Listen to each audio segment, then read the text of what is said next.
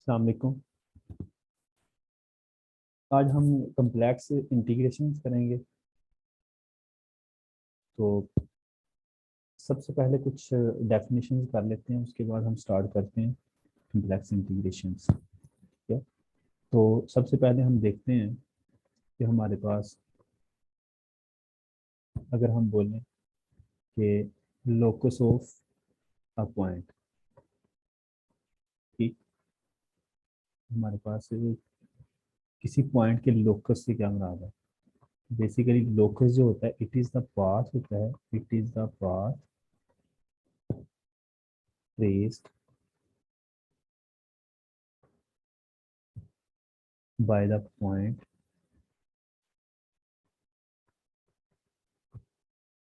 Moving under certain conditions।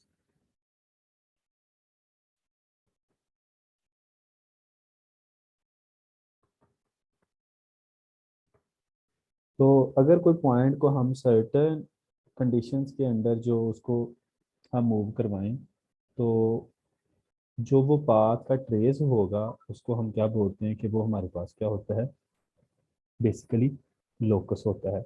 Locus के बाद हम दूसरी डेफिनेशन जो है वो पढ़ते हैं कर्व की। ठीक है। तो कम्प्लेक्स में अगर हम कर्व देखें तो कर्व एक फंक्शन होता है from a close interval A B to X की तरफ। तो बस ये चीज़ें वो थोड़ी सी याद रखें ताकि हम आगे जो है वो काम आएंगी। तो अगर हम इसकी जो पहले भी हम पढ़ चुके हैं कि पैरामीटराइज फॉर्म जो है कर्व की, वो अगर बनाएं तो वो इस तरह की ही होती है, X is equal to X of T और Y is equal to Y of T. और आप अरे वेट, ये रहा मामा आ गई। ये देख, बोल मामा तेरी दी मैं। वो बड़ी हरामी है बेटा, देख। तो यहाँ पर जो एक्स और वाई है, ये बेसिकली पैरामीटराइज फॉर्म है कर्व की, जिसमें जो टी होता है इसकी रेंज हमारे पास क्या होती है, ए से लेकर बी तक होती है। ये आप लोगों को पता है। अगर हम किसी कम्प्लेक्स जो है फंक्शन को पैरामीटराइज फॉर्म में शो करवाएं तो उसको इस तरीके से लिख सकते हैं, X of T plus iota Y of T. तो ये हमारे पास कर्व की इक्वेशन है जिसको हम देख सकते हैं कि टी की रेंज जो है वो कहाँ से कहाँ है, ए से लेकर पी तक, क्योंकि हम जो डोमेन में ले रहे ये हैं देख। वो बेसिकली ए से बी ले रहे हैं। ठीक है। तो ये हम कर्व, क्योंकि ये आगे यूज होगी इंटीग्रेशन वगैरह में, तो इसलिए हम इन चीज़ों को देख रहे हैं कि कर्व से क्या मुराद है। अच्छा, उसके बाद हमारे पास डेफिनेशन आ जाती है कि हमारे पास स्मूथ कर्व कौन सी होती है। ठीक है। कर्व का आपको पता चल गया व्हाट इज स्मूथ कर्व। एक हमारे पास कर्व है जैसे मैंने लिखा था, ये वाली कर्व है एफ ऑफ टी, इसको हम लिख सकते हैं एक्स ऑफ टी लिख सकते हैं plus iota Y of T. ठीक है, ये कर्व की इक्वेशन है। कम्प्लेक्स वैल्यूड फंक्शन है। अगर हमारे पास इसका फर्स्ट डेरिवेटिव एग्जिस्ट करता हो, अगर फर्स्ट डेरिवेटिव जो है वो क्या करता हो, एग्जिस्ट करता हो, एंड हमारे पास जो फर्स्ट डेरिवेटिव है वो नॉट इक्वल टू क्या हो, नॉट इक्वल टू ज़ीरो हो, तो देन जो हमारे पास ट्रेस होगा, वो जो ट्रेस बनेगा जहाँ पर फर्स्ट डेरिवेटिव हमारे पास ज़ीरो नहीं होगा, उसको हम बोलते हैं कि वो हमारे पास क्या होती है, स्मूथ कर्व होती है। That is, that will be called, ये कंडीशन होती है, that will be called smooth curve. ठीक, स्मूथ कर्व। अच्छा, उसके बाद आपके पास आती है कुछ टाइप्स होती हैं, जिसको नंबर वन हम बोलते हैं कि सिंपल कर्व कौन सी होती है। ठीक, सिंपल कर्व। तो ऐसी कर्व, या हम कहते हैं कि a curve trace by a G is equal to F of T parameterize form में। ठीक है, वेयर जो टी पे कंडीशन आपको पता है, सच दैट कि एफ ऑफ टी वन जो है वो हमारे पास बराबर ना हो एफ ऑफ टी टू के। ठीक है। तो हम where T one is not equal to T two, तो ये हमारे पास क्या कहलाती है, this is a simple curve. अभी मैं आपके सामने दो कर्व्स को ड्रा करता हूँ और पूछता हूँ कि इनमें से, एक सेकंड, ये क्या हो गया,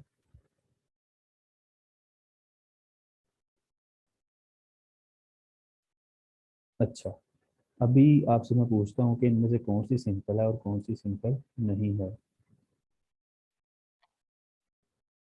इसको क्या हो गया है,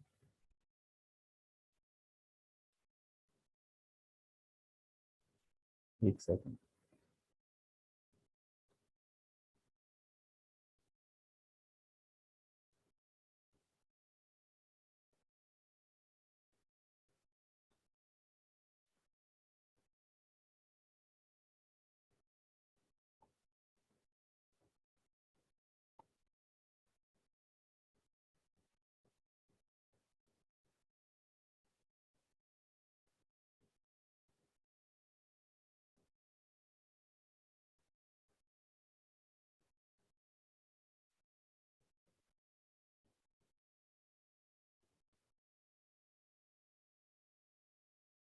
आप लोगों को स्क्रीन नजर आ रही है?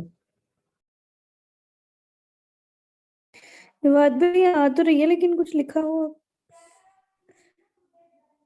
ये क्या प्रॉब्लम आ रही है?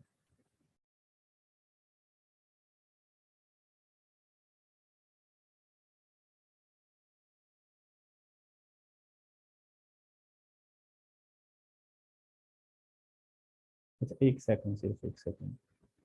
पता नहीं क्या।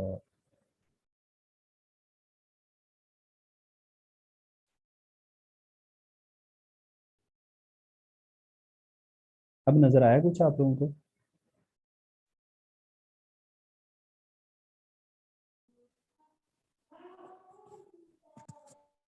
जी सर, पॉइंटर नजर आ रहा है। ठीक है, सिंपल कर्व। ठीक है, तो सिंपल कर्व हम पढ़ रहे थे, पता नहीं व्हाइट बोर्ड को क्या मसला हुआ, मुझे इस चीज़ के बारे में नहीं पता। अच्छा, चलें देखते हैं इसको।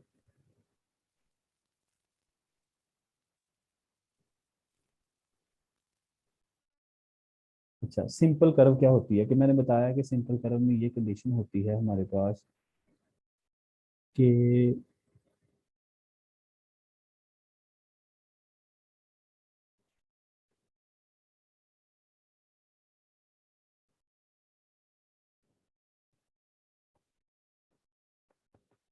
सिंपल कर्व, ठीक है, सिंपल कर्व हमारे पास होती है कि जिसमें F of T one is not equal to F of T two हो, where T one is not equal to T two हो। तो यहाँ पर अगर कर्व थोड़ी सी ड्रा की जाए, फॉर एग्जांपल एक कर्व हमारे पास ये वाली है, दूसरी कर्व हमारे पास ये है, इस इन दोनों में सिंपल कर्व कौन सी है? भाई शो ही नहीं हुई स्क्रीन पे जो लिखा आपने। ये बात भी शो नहीं हो रही स्क्रीन से और सिंपल कर्व लिखा आ रहा है। लो, चलो एक मिनट में करता हूँ।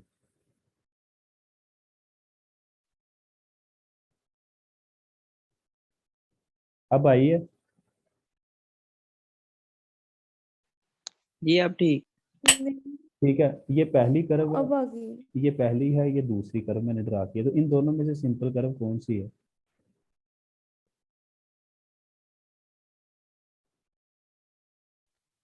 दूसरी वाली सर। दूसरी वाली जो कर्व है वो सिंपल है। क्यों सिंपल है, अगर देखें तो यहाँ पर आपको ये पॉइंट पे आपके पास क्या हो रहा है कि दो सेम जो पॉइंट्स हैं उन पर वैल्यूज क्या आ रही है, क्या दो सेम, मतलब हमारे पास यहाँ पर अगर जो कर्व है वो इंटरसेक्ट कर जाए तो उसको हम बोलते हैं कि वो हमारे पास जो कर्व है वो सिंपल नहीं रहती।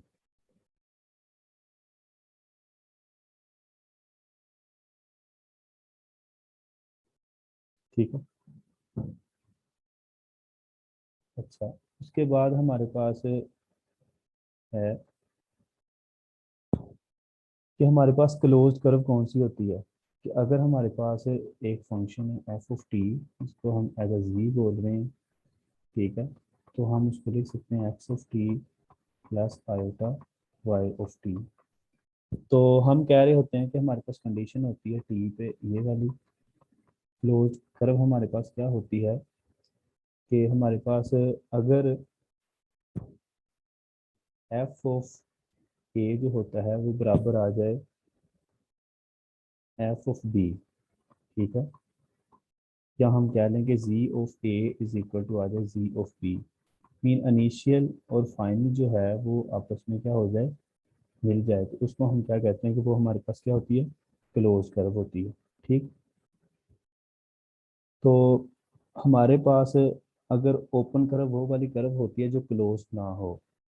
ये तो क्लोज की ओपन कर्व कौन सी होती है हमारे पास, ऐसी कर्व कि जिसमें हमारे पास G of A not equal to हो जी ऑफ बी।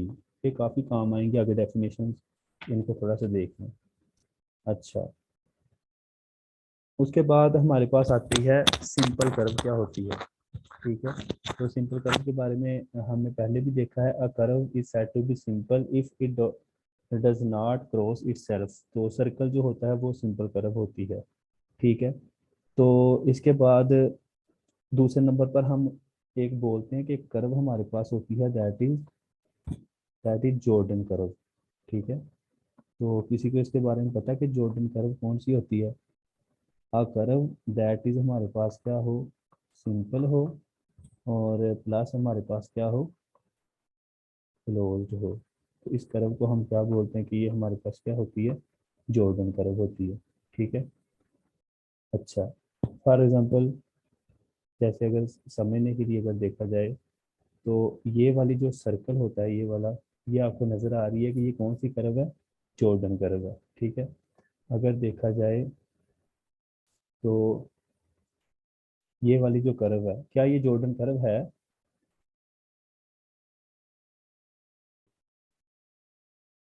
क्या फर्स्ट वाली जो जॉर्डन है ना, तो क्या सेकंड वाली जॉर्डन कर्व है।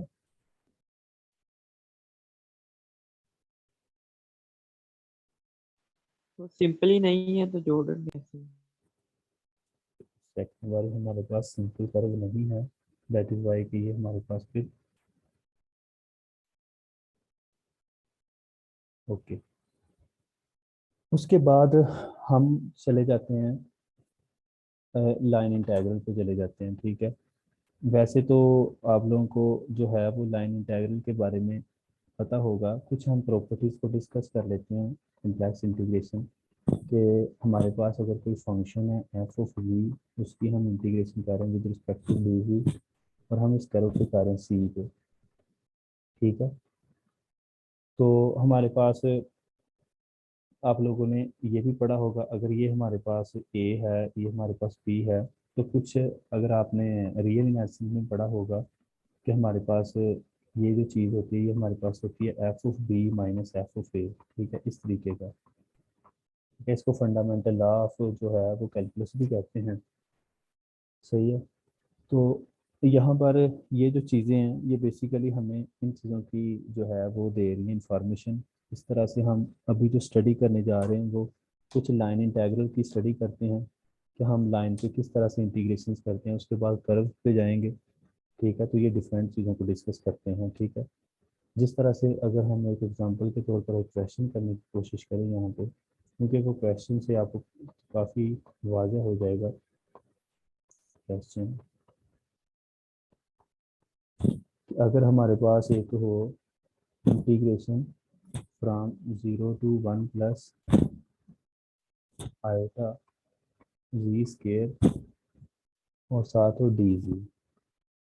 ठीक है, तो आप लोगों ने इसकी इंटीग्रेशन जो फाइंड करनी है, अगर गिवन हो हमारे पास लाइंस गिवन हो along O A along A B, और पॉइंट्स भी आपको गिवन हो। अगर फॉर एग्जांपल आपको बोला जाए कि ओ ए पे इंटीग्रेशन फाइंड करें, ए बी पे फाइंड करें, और आप लोग फाइंड करें ओ बी पे, और देन आप फाइंड करें ओ ए बी पे। सही है, तो देखें वेयर आपके पास जो 0 ओ पॉइंट है वो आपके पास ओरिजिन है 0 0 है, और ए पॉइंट आपके पास कौन सा पॉइंट है 1 0 है, और बी पॉइंट आपके पास कौन सा है जी। ये जस्ट एक क्वेश्चन है। ठीक है, इसको हम किस तरीके से सोल्व करने की कोशिश करते हैं, तो फिर हम ये पॉइंट्स को ड्रा कर लेते हैं। ये तो ठीक है, यहाँ पे ये 0 0 होगा, यहाँ पे ये पॉइंट क्या होगा 1 और 0 होगा, और यहाँ पे ये क्या होगा 1 और 1 होगा। सही है, तो हम इसको ड्रा जब करते हैं तो ये हमारे पास 3 लाइन बन जाती है, ये वाली। सही है, और दूसरी अगर, क्योंकि इसको अगर हम ओ कह दें, इसको ए कह दें, इसको बी कह दें। ठीक है, तो ये मेरे पास क्या बन जाएगी, ये वाली लाइन। फिर ये वाली लाइन और फिर ये वाली लाइन, ठीक है। अच्छा, अगर हम गौर करें, अगर हम गौर करें तो हमारे पास जब हम इंटीग्रेशन से फाइंड करने की कोशिश कर रहे होते हैं तो हम बेसिकली पैरामीटराइज फॉर्म में चले जाते हैं, ठीक है, टी की फॉर्म में चले जाते हैं, सही है। तो हम यहाँ पर कुछ सब्स्टिट्यूशन करेंगे, जिस तरह से आपको पता है कि एक्स एक्सिस पर आपको पता है वाई क्या है, ज़ीरो है, वाई क्या है, ज़ीरो, ऐसे ही है। लेकिन अगर एक्स को देखें तो एक्स अगर मैं ले लूँ, एक्स इज इक्वल टू ले लूँ टी, अभी मैं सिर्फ इंटीग्रेशन फाइंड कर रहा हूँ ओ से ए तक, ये वाला। तो यहाँ एक्स तो वेरिएशन कर रहा है 0 से 1 तक, लेकिन वाई इस पॉइंट पे क्या है, वाई क्या है, 0, सही है। लेकिन मुझे कोई बताएगा कि टी की रेंज क्या है यहाँ पे, क्योंकि ये पैरामीटराइज फॉर्म है, तो टी की रेंज क्या होगी यहाँ?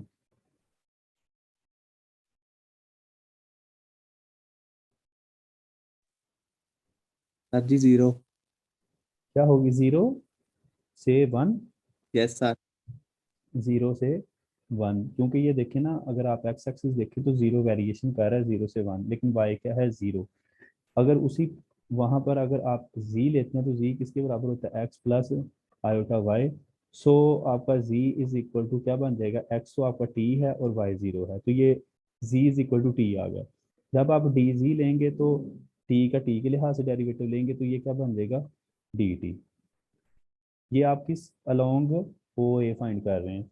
जब इसकी इंटीग्रेशन फाइंड करने की कोशिश करेंगे, ओ से ए कौन सा फंक्शन था आपके पास, जी स्केयर डी जी, तो आपको क्या मिलेगा, यहाँ आपको पता है कि आपकी जो आपने इसको सिंपल एक वेरिएबल में कन्वर्ट कर लिया, और वो वेरिएबल कौन सा है, टी, तो ये कहाँ से कहाँ होगा, 0 से 1, ऐसे ही है। और आपका जो जी है वो, क्योंकि जी किसके बराबर है, टी के, तो आपका यहाँ फंक्शन था जी स्केयर, तो ये क्या बन जाएगा, टी स्केयर।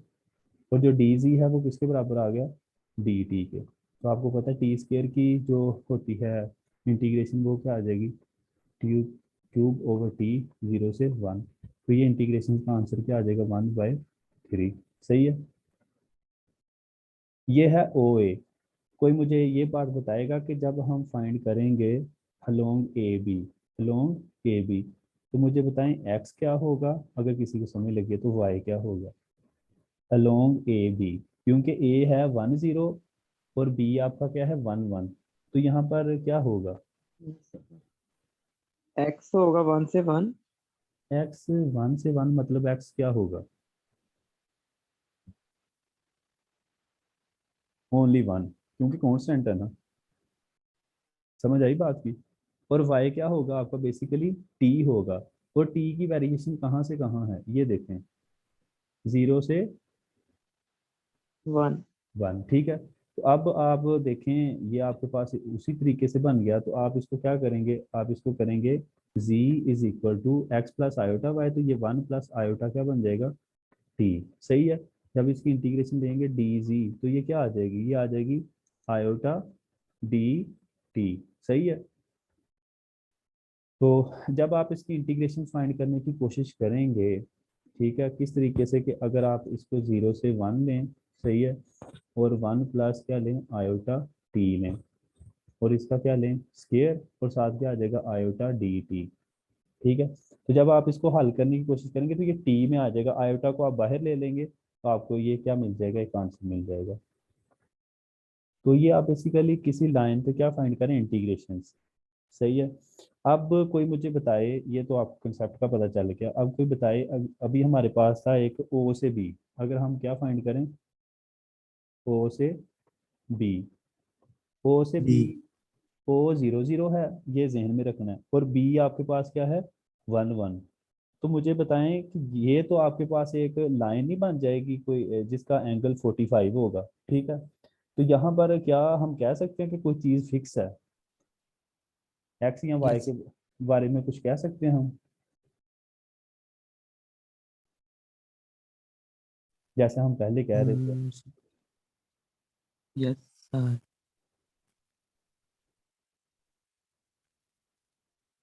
बेसिकली पहले यहाँ पर हम स्लोप फाइंड करने, क्योंकि यहाँ पर असल में एक चीज़ कांस्टेंट नहीं है, दोनों चीज़ें वेरी कर रही हैं, ऐसे ही है ना। ये बेसिकली इस तरह की लाइन है, अगर आप गौर करें तो इस तरह की लाइन है, ये वाली, ऐसे ही है। यहाँ पर क्या है 0 0 है और यहाँ पर क्या है 1 1 है। तो अगर आप इसकी इक्वेशन फाइंड करने की कोशिश करें तो ये पढ़ा हुआ है आपने y minus Y one minus M X minus X one, सही है। अगर आप y1 गौर करें तो y1 आपका 0 है तो ये y हो जाएगा। स्लोप फाइंड करने की कोशिश करें तो उसका फार्मूला होता है y2 minus Y one over x2 minus x1, तो ये क्या हो जाएगा 1 ओवर 1, तो ये x आ जाएगा। तो this implies that y is equal to क्या आ जाएगा आपके पास x आ जाएगा। अब मुझे एक चीज बताएं, आपके पास यहाँ दोनों चीजें वैरी कर रही हैं तो आपका x क्या होगा t, y क्या होगा कोई बताएगा, y क्या होगा, क्योंकि x इज इक्वल टू क्या है y, तो y भी फिर क्या होगा वाई वाई y भी t, वाई तो t की रेंज जो है वो आपको पता है कहाँ से कहाँ होगी, यहाँ 0 से लेकर 1 तक। ये चीज बस इंपॉर्टेंट थी, बकाया वन तक। देखिए समझ आई गई थी। अब जब आप उसी में यस सर। पुट करेंगे, क्योंकि ये हमारे पास दूसरी तरफ थी, तो z इज इक्वल टू क्या आ जाएगा t प्लस आयोटा t, सही है। तो जब आप ये चीज करेंगे तो इसके बाद जब dz फाइंड करने की कोशिश करेंगे t तो कॉमन आ जाएगा और आपके पास ये dz जो है वो किसके बराबर आ जाएगा 1 प्लस आयोटा और साथ क्या आ जाएगा dt, सही है। तो जब आप इसको कैलकुलेट करेंगे तो आपके पास एक आपको क्या मिल जाएगा, आंसर मिल जाएगा ये वैल्यूज पुट करके, ठीक हो गया। ये ओ बी फाइंड किया। अच्छा अगर मैं आपको कहूं कि आपने इंटीग्रेशन फाइंड करनी है, ओ ये मैं दोबारा से ड्रा करता हूँ। अगर मैं आपसे बोलूं कि आपने इंटीग्रेशन फाइंड करनी है ओ से ए और ए से बी, तो आप क्या करेंगे, क्योंकि आपने ओ से ए भी फाइंड कर ली हुई है और ए से बी भी, तो क्या करेंगे आप लोग, इन दोनों को ऐड कर लेंगे। इन दोनों को ऐड कर लेंगे तो वो हमारे पास क्या आ जाएगी, इंटीग्रेशन आ जाएगी, ठीक हो गया। अच्छा दूसरी बात, अगर मैं आपसे बोलूं कि आपने इंटीग्रेशन फाइंड करनी है, ये वाली चीज जो मैं लिखने लगा हूँ ओ ए बी ओ, तो फिर आप लोग क्या करेंगे, कोई आपके पास है हल कि क्या फाइंड करें, मतलब किन किन कर्व्स को ऐड कर देंगे।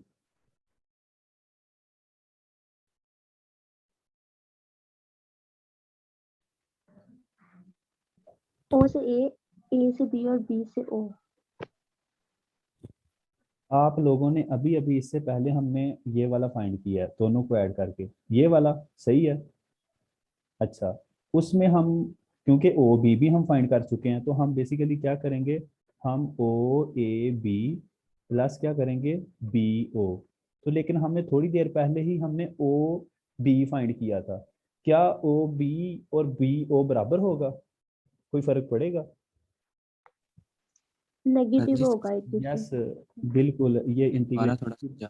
प्रॉपर्टी होती है कि जब हम कर्व्स की डायरेक्शंस को चेंज करते हैं तो फिर वहां पर क्या आ जाता है नेगेटिव, तो ये क्या हो जाएगा ओ बी, समझ आई। तो ये सब को ऐड करके तो हमारे पास जो आंसर आएगा, तो ये हमारे पास आपको पता है क्लोज कर्व है, ये क्या है क्लोज कर्व, ऐसे ही है।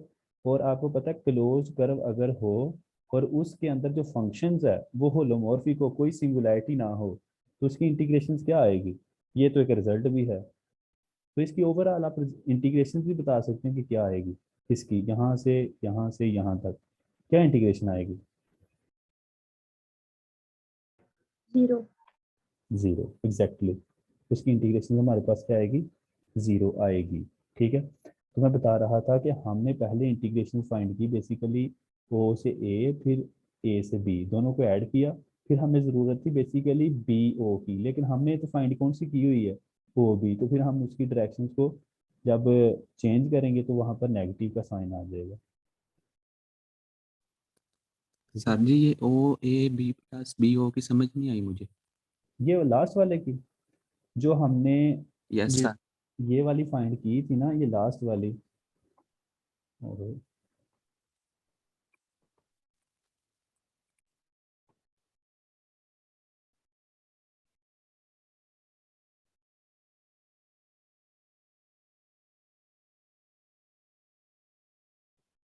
ये वाली ओ ए बी, तो ये हमने किस तरीके से फाइंड की थी, हमने की थी ओ ए प्लस ए बी से, यहाँ तक समझ आ गई है क्योंकि ये हमने पीछे फाइंड की हुई यस थी, यस। तो ये आ गई। फिर हमें चाहिए थी B O, sorry B O चाहिए थी, लेकिन हमने तो फाइंड क्या की थी ओ बी, तो हमने उसकी डायरेक्शन को रिवर्स कर दिया, तो वो प्लस का जो साइन था वो नेगेटिव में चेंज होके बी ओ क्या बन गया, ओ बी। ठीक हो गया। तो हमारे पास एक ठीक। रिजल्ट होता है कि अगर हमारे पास कोई कर्व जो है, अभी हमने क्लोज कर्व की डेफिनेशन पढ़ी थी, अगर क्लोज कर्व है और वो फंक्शन होलोमोर्फिक है ऑन दैट रीजन, ठीक है, जो रीजन है, अभी देखें ना, आप अगर फंक्शन ये वाला देखें तो हमारे पास क्या था, जी स्क्वायर, इसमें तो कुछ सिंगुलैरिटी नहीं है, तो इसकी तो इंटीग्रेशन, जी आपको सर। पता है ये पोलिनोमियल है, तो पोलिनोमियल जो होता है वो इंटायर फंक्शन होता है, तो इसकी हम जिस कर्व पे मर्जी इंटीग्रेशन लेंगे वो ऑलवेज हमें आंसर क्या देगी, जीरो। क्यों? क्योंकि उसमें सिंगुलैरिटी नहीं है। ठीक है। ठीक है सर। और आपको पता है कि ये हमारे पास इसकी सिर्फ टेलर सीरीज आएगी, लॉरेंट सीरीज तो आएगी नहीं आएगी। ठीक है, वो तो हम आगे जाके देखते हैं रेसिड्यू थ्योरम। तो मेरे ख्याल में इस लाइन कर्व की सही। तो आपको समझ आ ही गई है। उसके बाद हम कुछ चीज़ों को देखते हैं जो हमें थोड़ी सी घर की लड़कियों। में थोड़ा सा मुश्किल करती हैं। अच्छा, आपसे एक चीज़ डिस्कस करनी है, अगर आपके पास इस तरह का कोई क्वेश्चन हो कि अगर आपके पास हो 0 से 1 प्लस आयोटा और आपके पास हो z-1 और dz हो, और आपको बोला जाए कि एक कर्व है जो कि पॉइंट्स की फॉर्म में नहीं है बल्कि इस फॉर्म में, x is equal to Y square, तो आप लोगों ने क्योंकि इसकी पैरामीटराइज फॉर्म बनानी है, तो आप सबसे पहले जो x है उसको आप t सपोज करेंगे, तो यहाँ से आपको y क्या है वो क्या मिल जाएगा, p स्केयर, क्योंकि आपने x को क्या कह दिया कि x आपके पास क्या है, t। तो यहाँ जब टी स्केयर आएगा तो आप इजीली पुटिंग करके तो वो सेम टू सेम जो है वो पिछला कर सकते हैं। समझ तो आएगी होगी आपको कि हमने यहाँ क्या किया, कि हम क्या करेंगे, basically z is equal to हमारे पास क्या होता है, x प्लस आयोटा वाई, तो हमारे पास ये बन जाएगा t plus iota T square, ये चीज़ आ जाएगी। इसी तरीके से डी जी फाइंड करेंगे, डी टी आ जाएगा हमारे पास साथ ही, तो ये वैल्यूज वहां पर पुटिंग करके तो वो हमारे पास इंटीग्रेशन का आंसर आ जाएगा। ठीक है। अच्छा, ये तो हमारे पास थी। एक चीज और हम डिस्कस करते हैं that is very important in complex analysis. हम एक इनक्वालिटी है जिसको डिस्कस करते होते हैं, that is M L inequality. ठीक, एम एल इनक्वालिटी, अगर हमारे पास, मैं यहाँ लिखता हूँ, इफ सी हमारे पास क्या हो, एक कंटिन्यूस कर्व हो, कंटिन्यूस कर्व हो, ठीक है, तो और एफ ऑफ जी जो है वो आपको मैंने बताया हुआ एक फंक्शन है एट पॉइंट ऑफ सी, मतलब उस कर्व के अलोंग, हम कहते हैं कि ये इनक्वालिटी होल्ड करती है कि अगर हम उसकी इंटीग्रेशन दें फंक्शंस की, एफ ऑफ जी की, सही है, डी जी की, उसकी जो मॉड्यूलस वैल्यू होती है वो ऑलवेज लेस देन होती है m मल्टीप्लाई बाय l, इसलिए इसको क्या कहते हैं, this one is M L inequality. अब यहाँ पर क्वेश्चन ये है कि यहाँ जो m है वो क्या है, m बेसिकली जो है वो आप इसको समझ लें कि ये बेसिकली होता है मैक्सिमम किस चीज़ का, जो आपके पास फंक्शन होता है उसका ये क्या होता है, मैक्सिमम होता है ऑन सी, जो कर्व आप यूज़ कर रहे हैं। भी हम एक आधा क्वेश्चन सोल्व करेंगे आपको समझ आ जाएगी क्लियरली। और दूसरा हमारे पास जो एल होता है, ये जो हम कर्व को यूज़ कर रहे होते हैं उसकी क्या होती है, लेंथ ऑफ कर्व। ठीक है, तो आप लोगों ने लेंथ ऑफ कर्व के बेशुमार फार्मूलेस पढ़े होंगे, यहाँ से हमारा कुछ और भी रिपीट हो जाएगा कि अगर हमारे पास एक y is equal to F X है, ठीक है, एक फंक्शन है जो कि एफ ऑफ एक्स है, तो कोई बता सकता है कि इसके अगर हम कर्व की लेंथ फाइंड करनी हो, और आपको पता है कर्व जो होती है वो कहाँ से कहाँ होती है, किसी मखसूस पॉइंट में अगर बोलूँ 1 से 3 है, तो इसका क्या फार्मूला होता है लेंथ फाइंड करने का रियल एनालिसिस में, याद है किसी को? अगर y is equal to F of X हो तो इसको बोलते हैं, end point minus starting point. इसका फार्मूला आर्क लेंथ का कुछ इस तरह से नहीं होता कि इंटीग्रेशन फ्रॉम ए से बी, अगर आपको याद हो तो आप इस तरीके से कर रहे होते हैं 1 प्लस इसका डेरिवेटिव डी एक्स, ये डीजी में पढ़ा होगा आपने इस तरह का कुछ डिफरेंशियल ज्योमेट्री में, ठीक है। ये आर्क लेंथ का फार्मूला होता है, और दूसरे नंबर पे अगर आपके पास कुछ इस तरह की जी जी पैरामीटराइज फॉर्म हो, x is equal to X of T और y is equal to Y of T, ये पैरामीटराइज फॉर्म है। तो आप इसकी किस तरीके से फाइंड करते हैं, क्योंकि यहाँ पर भी t पे कंडीशन है, तो t पे कंडीशन है तो इसका मतलब है आप जब आर्क लेंथ फाइंड यहाँ करने की कोशिश करेंगे, that will be integration from a to b, ठीक है। और हमारे पास क्या होगा, dx ओवर dt, ये डेरिवेटिव का आपने यहाँ सेकंड डेरिवेटिव नहीं है बल्कि उसका स्क्वायर है, dy ओवर dt का। ये मैं इसलिए यहाँ पर लिख रहा हूँ क्योंकि हमें आगे इनक्वालिटीज में ज़रूरत पड़ेगी इन चीज़ों की, तो ये वाली चीज़ है, सही है। अभी हम कोशिश करते हैं एक क्वेश्चन करने की। अभी हमारे पास अगर एक क्वेश्चन हो, फॉर एग्जांपल कि आपने प्रूव करना हो कि integration from 1 plus 2 plus iota, ये क्वेश्चन है 1 over G square D G, आपने प्रूव करना है this one is less than 2, सही है, आपने इसको प्रूव करना है।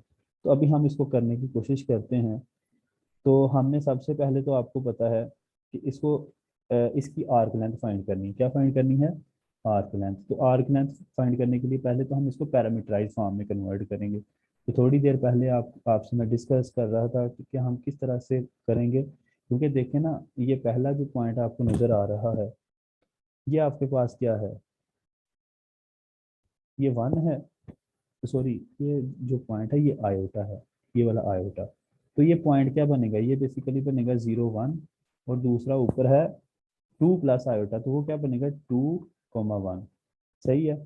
तो आप यहाँ अगर इक्वेशन फाइंड करने की कोशिश करें तो y minus Y one is equal to M X minus X one, तो यहाँ से y माइनस वाई वन, तो y माइनस वन आ जाएगा, इज इक्वल टू m आपका क्या बनेगा यहाँ से, सर, ये पॉइंट 0 1 और 2 1 समझ नहीं आया कैसे आया। कौन से वाला, ये 0 1 और 2 1 आपने वो पॉइंट्स नहीं लिखे। ये देखे ना बाउंड्री जो है, ये यहाँ लोअर कंडीशन क्या है आयोटा, तो आयोटा के साथ क्या है 1, और इसका रियल पार्ट क्या है 0, तो 0 1 आ गया। जो इसका अपर बाउंड है वो क्या है 2 प्लस आयोटा, तो क्या आ गया 2,1। अब आगे समझ इस चीज की, हाँ जी ठीक है। अब m जो है उसको हम किस तरीके से लिख सकते हैं, y2 minus Y one over x2 minus x1, ये बेसिकली हम पैरामीटराइज कर रहे हैं कर्व को। तो ये हमारे पास स्लोप 0 हो जाएगी, तो x माइनस x1, तो यहाँ से आप अंदाजा लगा सकते हैं कि आपका जो y है वो तो फिक्स है, y इज इक्वल टू क्या है 1 है, वो तो आप पहले भी देख सकते थे, समझ आ गई ना, क्योंकि y तो फिक्स है आपके पास। लेकिन x आपका यहाँ क्या है, x है आपका, क्या कह सकते हैं, x आपका t है, और t की रेंज क्या है भला, t की रेंज क्या है, 0 से 2। वेरी 0 गुड, से 1। 0 से 2, क्योंकि देखें 0 से 2 जा रहा है एक्स एक्सिस। अब हम यहाँ आर्क लेंथ का फार्मूला जो यूज करेंगे वो वाला कौन सा यूज करेंगे, हम यूज करेंगे इंटीग्रेशन फ्रॉम 0 से 2, और मैंने थोड़ी देर पहले फार्मूला लिखा है D x over D T का डेरिवेटिव का स्केयर।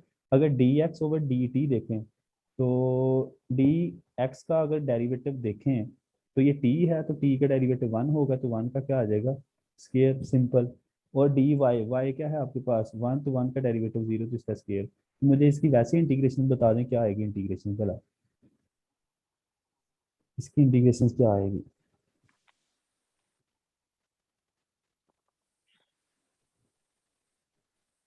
और शायद 2 नहीं आएगी, सिंपल है यार, उसकी टी आ जाएगी, टी में पुटिंग 2 करने से वो 2 आ जाएगी, क्योंकि कॉन्स्टेंट है ना अंदर, सही हाँ है। जी जी जी, मैं उसके अच्छा, ठीक हूँ। एक चीज तो हमारे पास आ गई, ये तो आ गया हमारे पास लेंथ। अब हमने क्या फाइंड भला करना है, एक चीज रह गई है एम। एम क्या होता है, मैक्सिमम, ऐसे ही होता है। तो वो किस तरीके से हम फाइंड करेंगे, वो फंक्शन का फाइंड करना है हमने, फंक्शन कुछ इस तरीके का बनाना है। आपको पता है कि हमारे पास जी स्केयर फंक्शन है, तो जी स्केयर को मैं इस तरीके से लिख सकता हूँ, जी स्केयर की modulus value is equal to इस तरीके से, ठीक है। अब ठीक है, जब हमने इसको इस तरीके से लिख लिया तो हम क्या जी को लिख सकते हैं एक्स प्लस आयोटा वाई का इस तरह स्केयर, मॉड्यूलस वैल्यू जो होती है उसको हम इस तरीके से लिख सकते हैं, ठीक है। ये हमारे पास क्या हो जाएगा, बेसिकली ये हो जाएगा एक्स स्केयर प्लस क्या हो जाएगा वाई स्केयर, ठीक है। सॉरी ये यहाँ पर भी ये चीज़ आएगी, मैंने डायरेक्टली ये इस तरीके से लिखना, सही है। ये हमारे पास आ गई चीज़। अच्छा, उसके बाद जब ये चीज़ आ जाएगी तो अगर आप कर्व पे गौर करें, क्योंकि आप लोगों ने इसका मैक्सिमम फाइंड करना है, क्योंकि आपको पता है एक्स आपका टी था, तो यहाँ पर टी पुट करने से ये टी स्क्वायर हो जाएगा और ये आपके पास 1 था, सही है, इज इक्वल टू ये चीज़। अब मुझे बताएं कि आपको पता है कि जो टी है उसकी रेंज जो है यहाँ से 2 से 0 से 2 है, तो जो इसकी वैल्यू होगी आप इसमें मिनिमम क्या चीज़ पुट करें कि ये चीज़ उससे ग्रेटर रहेगी, मतलब इसका मिनिमम आंसर क्या होगा, इस चीज़ का मिनिमम आंसर टी पे अगर कंडीशन 0 से 2 रख लेंगे।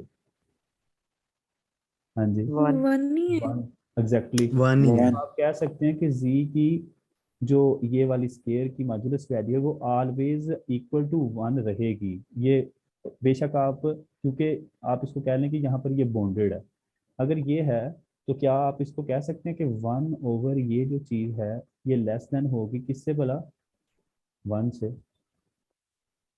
ठीक। और यही जो 1 है वो आपका क्या है, m, जिसको आप मैक्सिमम मैक्सिमम। या सुप्रीमम कह सकते हैं, ठीक है यहाँ पे, ठीक हो गया। तो बाय जो हमने इनक्वालिटी पढ़ी थी वहां से हम कह सकते हैं फिर कि हमारा जो फंक्शन था 1 ओवर जी स्क्वायर, कहाँ से कहाँ, आयोटा से लेकर 2 प्लस आयोटा, वो ऑलवेज लेस देन होता है एम एल से। What is M L here, आपको पता है एम क्या था हमारे पास 1 और एल क्या था 2, दैट्स इम्प्लाइज कि ये चीज़ क्या आ गई हमारे पास 2। समझ आई ये चीज़ की, लेस तो देन हमने इसको 2। किस तरीके से प्रूफ किया है, आप इसको इस तरीके से प्रूफ कर सकते हैं इनक्वालिटीज को। ये है हमारे पास एम एल इनक्वालिटी, इसकी बेशुमार एग्जांपल्स हैं, आप इनको कर सकते हैं, ठीक है। अच्छा, ये हमारे पास सिंपल था। उसके बाद हम कुछ करते हैं, अच्छा आगे बढ़ते हैं। आगे बढ़ने से हम जो है वो करते हैं काशे फंडामेंटल थ्योरम, ठीक है। ये हमारा कॉम्प्लेक्स का एंड जा रहा है, ठीक है, Cauchy fundamental theorem. Cauchy fundamental theorem क्या कहता है, कहता है कि let D be a simple connected domain, ठीक है, and C be any close curve. अगर किसी डोमेन में एक कर्व पड़ी है, एक हमारे पास क्या है सिंपल, ओहो सिंपल कनेक्टेड, एक हमारे पास क्या है डोमेन है, उसमें हमारे पास एक क्या पड़ी है क्लोज कर्व। क्लोज कर्व के बारे में आप जानते हैं, क्लोज कर्व पड़ी है, ठीक है, उसके अंदर। तो वो कहता है कि अगर फंक्शन हमारा एफ ऑफ जी जो है एनालिटिक है on that, within that C, जो हमारे पास कर्व पड़ी है, और हमारे पास जो उसका डेरिवेटिव है वो कंटिन्यूस है, ठीक है, उस एनालिटिक इनकी ये बात कह रहा है कि अगर हमारे पास ये वाला पार्ट है और ये चीज़ है, ठीक है, मैं कह देता हूँ कि हमारे पास कर्व जो है वो जी 1 है। तो वो काशी फंडामेंटल थ्योरम कहता है कि अगर हमारे पास एफ ऑफ जी जो है वो एनालिटिक है, एफ ऑफ जी क्या है, हम इसको होलोमोर्फिक कहते हैं, होलोमोर्फिक है, तो हम कहते हैं कि जो कर्व होगी F of G D G, उसकी इंटीग्रेशन जो होगी वो क्या होगी, ऑलवेज 0 होगी। तो ये हम सिंपल बात कह रहे हैं कि जब भी कोई फंक्शन जो होता है वो होलोमोर्फिक होता है ऑन दैट डोमेन, तो उसकी इंटीग्रेशन ऑलवेज क्या होती है, 0 होती है। क्लियर है बात। अभी मैं थोड़ा सा आप लोगों से पूछने लगा हूँ कि क्या अगर मैं यहाँ पर एक फंक्शन लिखूँ F of G is equal to 1 over G, और मैं कंडीशन रख दूं कि जी इस कर्व पे आपने इंटीग्रेशन फाइंड करनी है, तो आपको पता है कि ये एक क्लोज कर्व है, ये क्या है क्लोज कर्व। क्या मुझे बताएं कि इसकी इंटीग्रेशन जो होगी F of G D G की, क्या ये 0 होगी।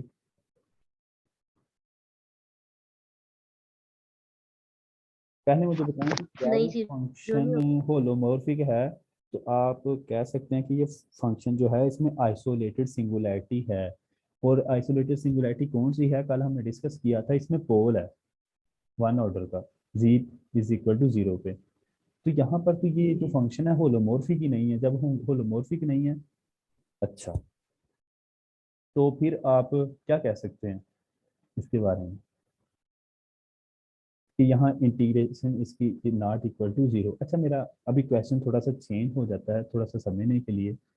अगर मैं आपको ये चीज़ ना यहाँ दूँ, ये वाली कर्व यहाँ पर ना दूँ, मैं दूँ कि ये वाली हमारे पास कर्व है, ये वाली यहाँ पे, ठीक है, वैसे समझने के लिए, और फंक्शन यही है।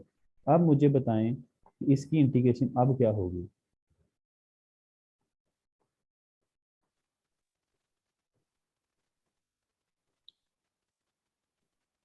अब इसकी इंटीग्रेशन क्या, अब हमने जो रिमूव कर दिया ना इसमें से वो पार्ट। मतलब जो इसकी सिंगुलैरिटी है वो जीरो है, लेकिन जीरो तो इसकी डोमेन के अंदर ही नहीं है, वो तो बाहर है। तो फिर इसकी इंटीग्रेशन फिर क्या जी हो जी। जाएगी, जीरो हो जाएगी। ठीक हो गया। तो बेसिकली ये था काशे फंडामेंटल थ्योरम। अच्छा, उसके बाद दूसरा हम थ्योरम जो है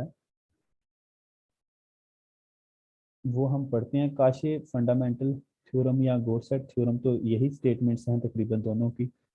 उसके बाद हम जो थ्योरम है इसके बाद कौन सा आता है, एक सेकंड सिर्फ मुझे देखने दें। Okay, this one is a very important, that is a Cauchy integral formula. What is Cauchy integral? आपको पता है काशी इंटेग्रल फार्मूला का जो तलक है वो सिंगुलैरिटी के साथ है, ठीक है। अच्छा, वो हमें क्या कहता है कि अगर हमारे पास क्या है, डी एक डोमेन है जो मैंने पहले भी बताया है, और उसमें एक हमारे पास सी क्लोज्ड कर्व है। सी क्या है, क्लोज्ड कर्व है, ठीक है। तो हमें वो कहता है कि अगर हमारे पास जो z is equal to A है वो एक सिंगुलर पॉइंट है, z इज इक्वल टू हमारे पास क्या है, singular point, singular point, point in C के अंदर, तो देन इंटीग्रेशन क्या होगी। अब वो सिंगुलैरिटी पे आ गया, फिर होगी F of G over G minus A.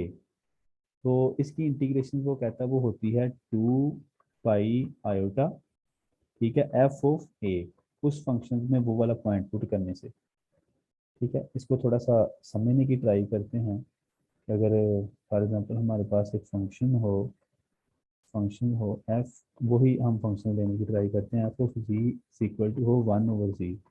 तो ये यहाँ पे ये वाली कर्व है, ये वाली, ठीक है। अब आप देखें कि यहाँ पर जो जीरो है वो सिंगुलर पॉइंट है और वो विद इन ना कर्व है, क्लोज कर्व।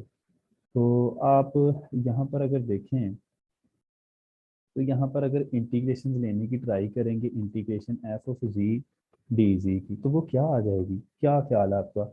यहाँ पर आती है 2 पाई आयोटा, और फंक्शन में वो वाला पॉइंट पुट करने से। तो यहाँ पर फंक्शन बेसिकली वो क्या है, अगर आप देखें तो देखिए ना, फार्मूला चेक करें, फार्मूले में जो ये वाली चीज़ है बटे के ऊपर, वो आपके पास क्या था, फंक्शन था, ये चीज़, ये चीज़। तो यहाँ आप गौर से देख सकते हैं कि यहाँ एफ ऑफ जी आपका क्या है, अगर आप देखें तो वन। 1। तो 1 में अगर आप जीरो पुट करेंगे भी तो वो तो आपके पास क्या आ जाएगा, वन नहीं आएगा कांस्टेंट। वो आपके पास क्या आएगा, 1 नहीं आएगा, ठीक है।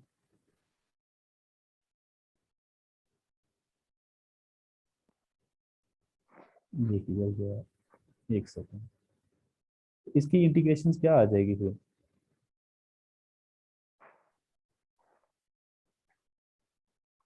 2 पाई आयोटा, ऐसे ही है। अभी मैं एक फंक्शन लिखता हूँ, जी। फिर आपसे पूछता हूँ। अगर हमारे पास एक इंटीग्रेशन हो एफ ऑफ जी, अब आप लोगों ने बताना F of G D G, मतलब इस तरीके की हो कि आपके पास यहाँ हो बस इज इक्वल टू 2, ठीक, और आपके पास हो साइन, सॉरी यहाँ कोसाइन लगा रहा हूँ, कोसाइन जी ओवर जी डी जी। अब इसकी इंटीग्रेशन क्या होगी?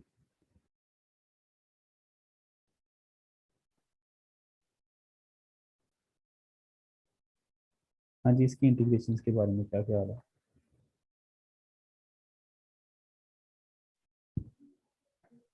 टू पाई आयोटा ही होगी अगेन। वही होगी जी। वही होगी 2 पाई 2 आयोटा, पाई बिकॉज आप लोग यहाँ पर कोसाइन में अगर वो जो जीरो पॉइंट पुट करें तो पुट कर भी लें तो वो क्या आ जाएगा, 2 पाई आयोटा आ जाएगी। ठीक हो गया। अच्छा, ये हमारे पास इस तरह के आप बेशुमार क्वेश्चन जो हैं वो इनको कर सकते हैं। तो ये हमारे पास था इंटीग्रल फार्मूला। ठीक है। अच्छा, उसके बाद आता है एक Kashi derivative formula, that is last one formula, Kashi derivative formula.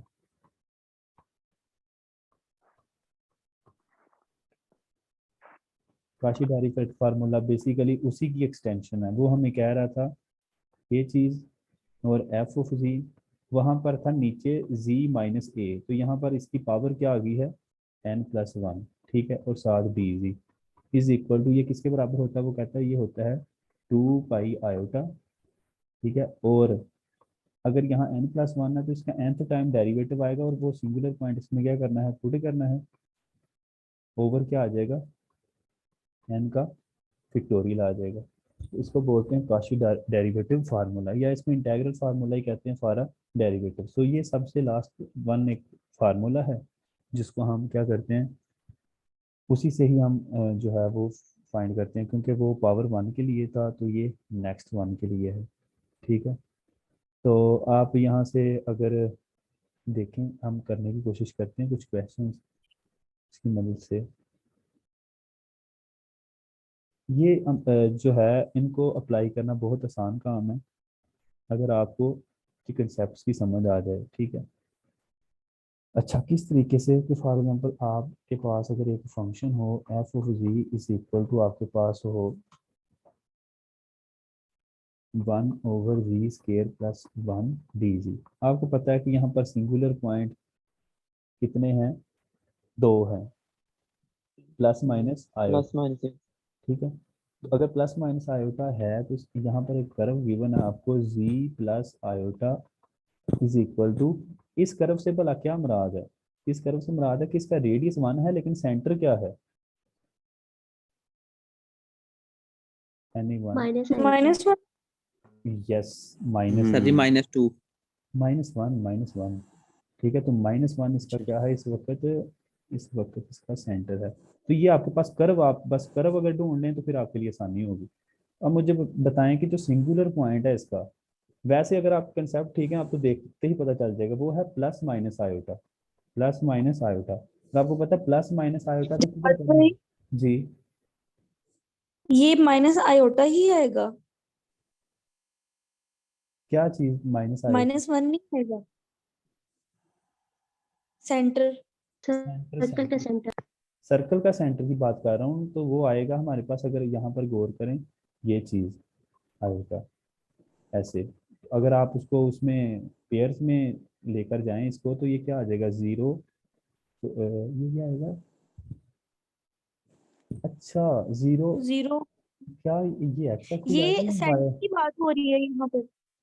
हाँ हाँ, सेंटर की हो रही है, लेकिन ये सेंटर किस पॉइंट पे आएगा, यहाँ पर नहीं आएगा वाई एक्सिस पे, या नीचे माइनस आएगा, माइनस में आएगा। यहाँ नीचे आएगा। जी नीचे। एग्जैक्टली, जी। बिल्कुल सही होगा, नीचे आएगा। यहाँ गलत बना रहे थे हम ये चीज़। अच्छा, अब मुझे बताएं, आपके पास सिंगुलर पॉइंट 2 हैं, आयोटा और माइनस आयोटा। हम कौन से वाले आयोटा को बिल्कुल ही फारग कर देंगे, उसकी हमें जरूरत नहीं है। भला कौन से वाला वो आयोटा है, प्लस आयोटा है या माइनस आयोटा है, जो हमारे काम का नहीं है? Minus iota sir, minus iota. Minus iota. Plus iota. हमारे पास हमारे जो डिस्कशन का पार्ट होता है वो असल में हमारे रीजन के अंदर जो सिंगुलैरिटी आती है वो होती है। अगर बाहर चले जाए तो वैसे इंटीग्रेशन जो होती है वो क्या हो जाती है, 0। ठीक है, अगर आप इस फंक्शन को, आपके पास क्या था function F of G is equal to 1 plus G square, बल्कि जी स्केयर प्लस 1। अगर आप इसको पार्शियल फ्रैक्शन से सोल्व करने की कोशिश करें तो ये आपके पास at the end after partial fraction ये क्या आ जाएगा, 1/2 आयोटा और आ जाएगा जी प्लस आयोटा, ठीक है, प्लस 1/2 आयोटा जी माइनस आयोटा, ये वाली चीज। तो आपको पता है कि जो आयोटा है प्लस का आयोटा वो तो हमारे रीजन में नहीं है, तो प्लस का आयोटा यहाँ पर सिंगुलर पॉइंट है, तो इसकी इंटीग्रेशन जब हम लेंगे इसकी इस पार्ट की अपने रीजन पे, तो मुझे बताएं कि कौन से वाली इंटीग्रेशन, ये कर्व कर्व हमारे पास है तो कर्व फर्स्ट की, क्योंकि कर्व तो सेम है, पहले पहले पार्ट की इंटीग्रेशन जीरो होगी या दूसरे वाले की ऑटोमेटिकली?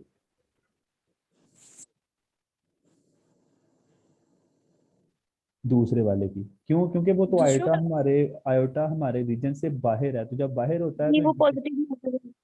ठीक है, तो वो कंटोर के अंदर ही नहीं है तो वो बाहर है, तो इस वजह से उसकी इंटीग्रेशन जीरो हो जाएगी। और अभी हमने फार्मूला थोड़ी देर पहले पढ़ा था कि अगर हमारी सिंगुलैरिटी अंदर हो तो उसका फार्मूला क्या होता है। आपने सिंपल फार्मूला पढ़ा था, इसको तो हम वैसे ही बाहर निकाल लेंगे ना, इसको -1/2 आयोटा को। तो क्या फार्मूला पड़ा है, 2 पाई आयोटा। और मुझे बताएं कि यहाँ आपका एफ ऑफ जी क्या था, इस इंटीग्रेशन में आपका एफ ऑफ जी क्या था? 1। 1। तो 1 तो इसका मतलब है उसका यहाँ पर भी क्या आ जाएगा, 1। तो यहाँ 2 आयोटा से 2 आयोटा कट गया, तो हमारा जो आंसर है वो क्या आ गया, -पाई। ठीक है, तो ये आंसर है। तो मैं आपको बार बार कह रहा हूँ कि जो इंटीग्रेशन को अप्लाई करना है वो इंतहाई आसान है, अगर आपको किसकी समझ आ जाती है,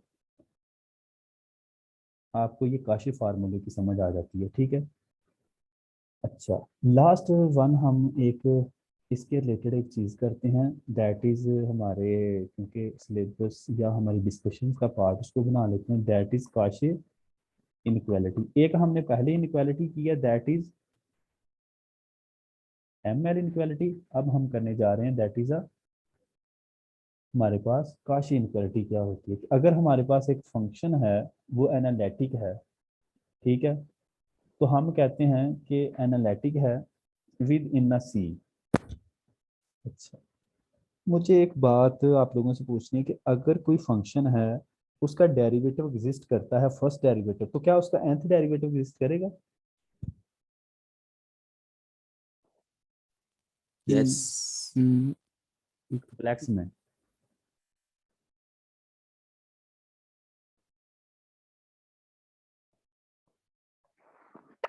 सर जी एक दफा अगेन समझा दूं।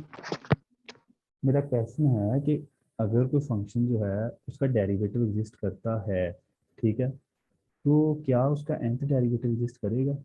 क्या ये बात जो है रियल में ऐसा मेरे ख्याल में नहीं होता, या अगर आप देखें सर कि जी नहीं करेगा, कंफ्यूजन है थोड़ी सी। अगर अगर फंक्शन होलोमॉर्फिक होगा तो फिर होगा।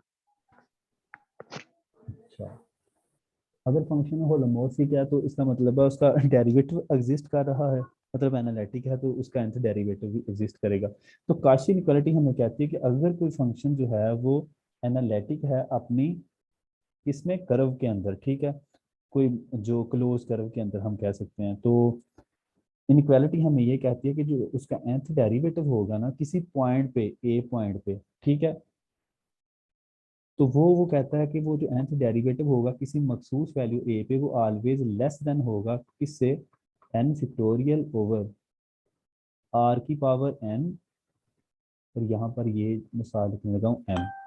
अब m क्या है, m उसी तरह से क्या है, सुप्रीमम है, ठीक है, किसका, फंक्शंस का, एफ ऑफ जी का। और आर एन क्या है, जो हमने क्लोज कर्व ली हुई है ये वाली उसका ये रेडियस है आर, ठीक है, जो मैंने कर्व लेकर चाहता था जी माइनस ए, ठीक है, इज इक्वल टू आर, ये इसका। तो ये इनक्वालिटी को जस्ट याद रखें, इतनी जो है वो यूज़ तो नहीं होगी, लेकिन फिर भी आप इसको याद रखें कि ये हमारे पास क्या होता है। ठीक हो गया? अच्छा, ये इनक्वालिटी को मतलब याद रखें क्योंकि आ सकती है, मतलब इसका अब ये तो नहीं पूछेगा क्वेश्चन क्या है, लेकिन इस इनक्वालिटी को लाजमी याद रखें कि इसकी कंडीशंस क्या है। अच्छा, अब हमारे पास ये वाला हो गया काम। अब एक थ्योरम होता है, that is very important theorem, उसकी स्टेटमेंट जो है वो भी काफी इंटरेस्टिंग है। लवलीज थ्योरम्स, वाई जो भी आप लोग बोल लें, ठीक है, हर बंदे के बोलने पे इंसार करता है। अच्छा, तो ये वाला जो थ्योरम है हमें क्या कहता है कि एवरी जो इंटायर फंक्शन होता है, एवरी किसकी होती है? इंटायर प्लस बाउंडेड, मतलब अगर एक फंक्शन जो है वो इंटायर हो प्लस बाउंडेड हो, every entire plus bounded function जो होता है, ये इंप्लाइज करता है कि वो जो फंक्शन है वो हमारे पास क्या होता है, कांस्टेंट होता है। ठीक, तो ये बड़ा अच्छा रिजल्ट है, आप इसको प्रूफ भी कर सकते हैं कि अगर कोई फंक्शन जो है वो, फॉर एग्जाम्पल समझने के लिए, तो अगर आपको पता है F of G is equal to, अगर आप ले ही कांस्टेंट लें 2 + 3 आएगा, ठीक है, ये एक कांस्टेंट फंक्शन है। तो आप देखें कि आपके पास ये फंक्शन जो है, अगर इसका बैकवर्ड देखें तो ये इंटायर भी है और बॉन्डेड भी है। ठीक है, इस तरह से आप कोई भी फंक्शन ले लें जो इंटायर है प्लस बॉन्डेड है, तो दैट इज लाजमी तौर पर वो क्या होगा, कांस्टेंट होगा। ठीक है, तो ये बड़ा इंपॉर्टेंट रिजल्ट है, तो इसको भी माइंड में रखिएगा। मतलब ये काफ़ी काफ़ी जगहों पर जो है ये आ भी जाता है और पूछ पूछ भी लिया जाता है। ओके, अब हमारी इंशाल्लाह जो है कल कम्प्लेक्स की लास्ट क्लास होगी। कल कम्प्लेक्स यहाँ तक हम नहीं करते हैं इसको, क्योंकि काफ़ी चीज़ों को डिस्कस कर लिया है। कल हमारी कम्प्लेक्स की लास्ट क्लास होगी। लास्ट क्लास में हम क्या करेंगे कि कुछ यहाँ पर, बल्कि मुझे याद आ रहा है कि पोल का ऑर्डर भी रहता है। ठीक है, तो उसकी डेफिनेशन तो बड़ी आसान है कि अगर z - a की पावर जो भी लीस्ट, वो कल कर लेते हैं, अगर एग्जिस्ट करता है तो वो हमारे पास ऑर्डर होता है। लेकिन कल हम लोग उसको पोल के ऑर्डर को डिस्कस करेंगे।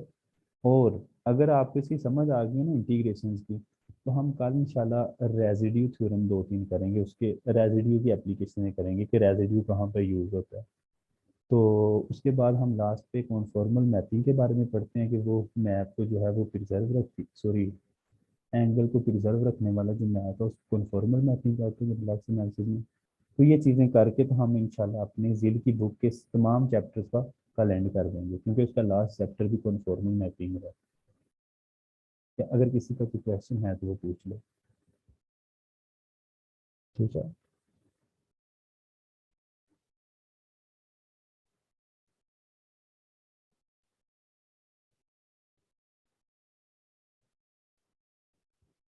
यहाँ काशे फार्मूले में ना असल में एक चीज़ इंडेक्स भी यूज़ होती है।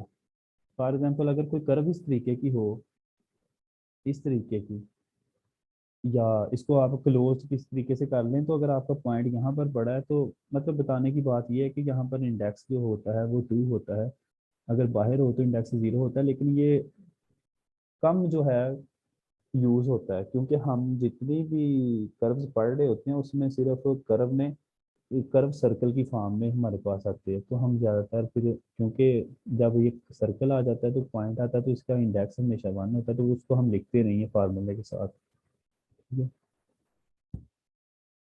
ओके, अगर आप लोगों का कोई क्वेश्चन नहीं है तो हम इंशाल्लाह कल डिस्कस करते हैं अगली चीज़ों को। ठीक है, आप साथ साथ जो है एस एम यूसुफ की कैलकुलस को पढ़ते रहें, क्योंकि वहाँ से अगर आप देखें तो स्टेटमेंट वाइज ही MCQs हैं, तो वो वहाँ से उठा लेता है। कोशिश करें कि उस बुक को अच्छी तरीके से कर लें, तो बताया हम इंशाल्लाह सर कहाँ से उठानी है? उठाने नहीं है, मैंने बोला है वो, मैंने कुछ देखा है कि वो ना वहाँ से एज इज MCQs ना, जैसे लाइन लिखी होती है ना, वो वहाँ से उठा के वो पेपर में डाले होते हैं PPSC के। तो मैं कह रहा था कि ओके एसएम सर, यूसुफ मैं की जो कैलकुलस की बुक है ना, उसकी MCQs आप लोग अच्छी तरीके से, मतलब उसको अच्छे तरीके से read. Okay sir, sorry sorry. ठीक है, ओके। जवाद भाई थॉमस की बुक सही रहेगी जी या आपकी नहीं? वो वो तो बहुत अच्छी रहेगी, वो तो बड़े एडवांस लेवल की है, वो तो बहुत अच्छी बुक है। मैं वैसे कह रहा हूँ पाकिस्तानी बुक ये है, तो वो आप इसको यूज़ कर लें। ठीक है, ओके जी। ठीक। Good night. अल्लाह हाफिज जवाद भाई।